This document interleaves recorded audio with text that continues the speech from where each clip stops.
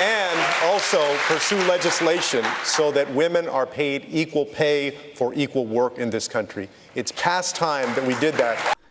It's way past time that we did that, because we did that in 1963.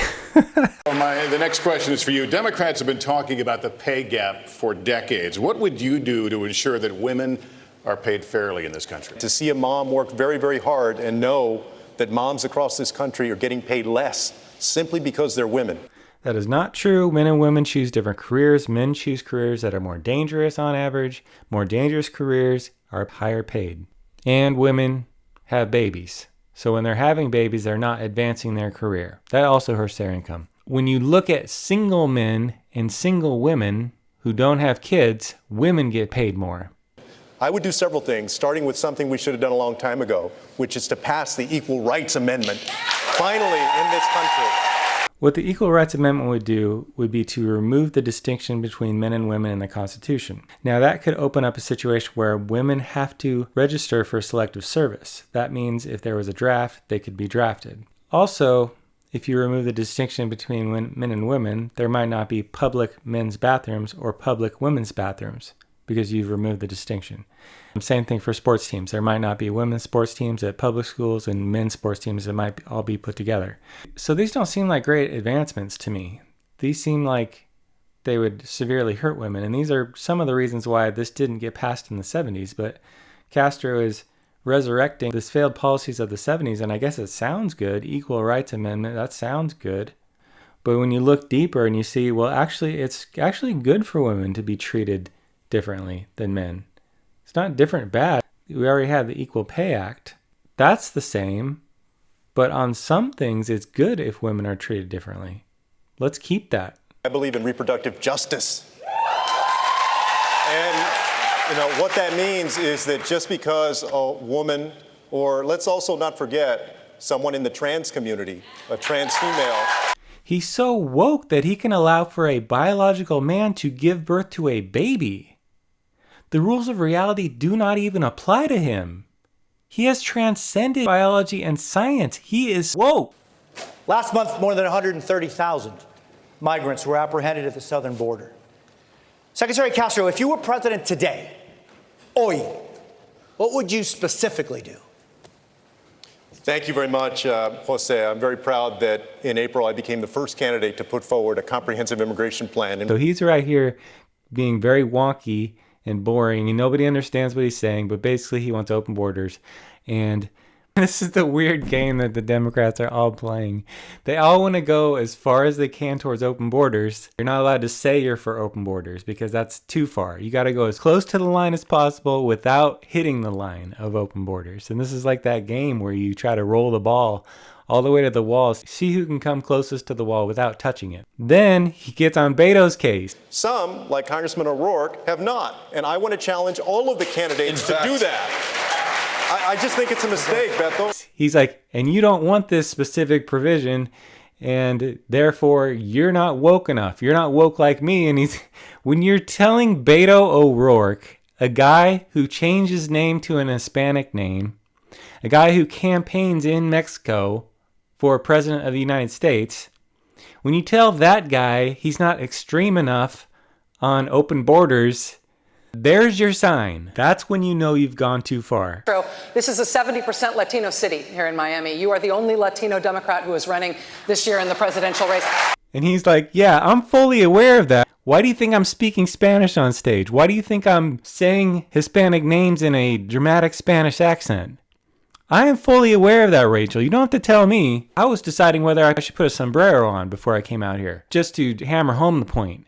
You don't have to tell me, Rachel. I know that. And she's saying that because Florida has a high Hispanic population. And she's saying, he's Hispanic, you're Hispanic, vote on tribal lines. Who cares about policy? It's all about your tribal lines. And this is so divisive. This is what Democrats do. They want to divide. She didn't say that about Ted Cruz. Ted Cruz ran. He's Hispanic. She didn't say, hey, Miami, you're 70% Hispanic. You should vote for Cruz. She didn't say that.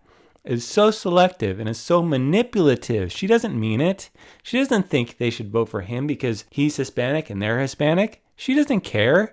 She thinks they're dumb and she thinks they're going to do it. And he's saying, yeah, I'm absolutely aware of that. What are you talking about? And the reason that Florida Hispanics don't vote as Democrat as most Hispanics is because a lot of Hispanics from Florida came from Cuba.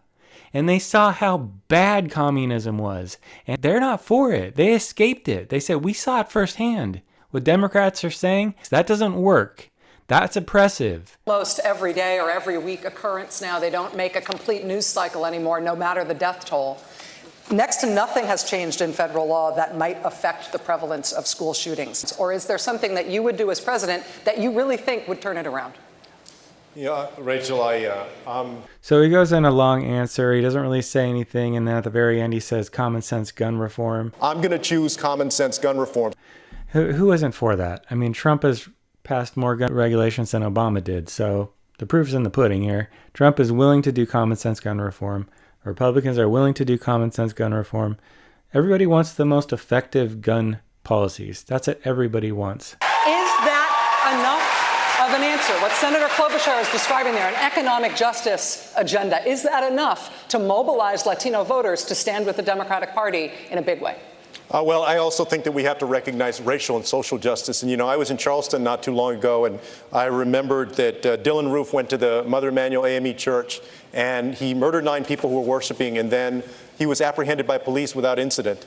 Well, but what about Eric Garner and Tamir Rice and Laquan McDonald and Sandra Bland and Pamela Turner and Antonio Arce? The racial demagoguery of this, I mean, this is really shameless. Not even true. This is the thing. It's not even true what he's saying because white people are killed more often per interaction with the cops. Harvard economics professor Roland Fryer analyzed more than 1,000 officer-involved shootings across the country. He concluded that there is zero evidence of racial bias in police shootings. In Houston, he found that blacks were 24% less likely than whites to be shot by officers, even though the suspects were armed or violent. And he's pointing to an anecdotal account of Dylan Roof. He apparently was stopped at a traffic stop without incident. So because he wasn't murdered by the cops, Julian Castro's upset.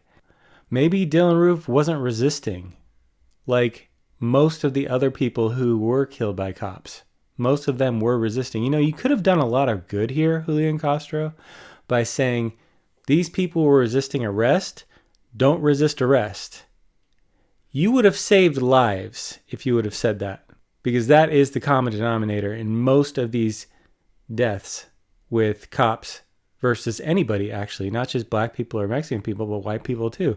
When you resist arrest, sometimes bad things happen. When you try to shoot a cop or grab for their gun or attack them or something like that, bad things can happen. Don't do that. That's the moral of the story, but his moral of the story is Dylan Roof didn't get killed, so therefore cops are racist against black people and Mexican people. He's just manipulating minorities with things that aren't true. And you want to talk about, well, white people are killed more often per interaction, but black people and Mexican people interact more with cops. Cops are talking to them more often per person. That's true. That's because black people and Mexican people have higher crime rates. Police shootings occur more frequently where officers confront armed or violently resisting suspects. Those suspects are disproportionately black. According to the most recent study by the Department of Justice, although blacks were only about 15% of the population in the 75 largest counties in the U.S., they were charged with 62% of all robberies, 57% of murders, and 45% of assaults. So of course they're going to be talked to more. You know who else is talked to more by police? Men, because men are more often perpetrators of crime. You know who else is talked to more by police? Young people, because they are more often perpetrators of crime than older people or children. And it would be great if somebody like Julian Castro would stand up there and say, hey, stop committing crimes. This is ridiculous. Or any Democrat to ever say that. Stop committing crimes, but they can't because that would be undoing their entire victim narrative. The police are after you. The police are mistreating you. There is no government agency more dedicated to the proposition that Black lives matter than the police.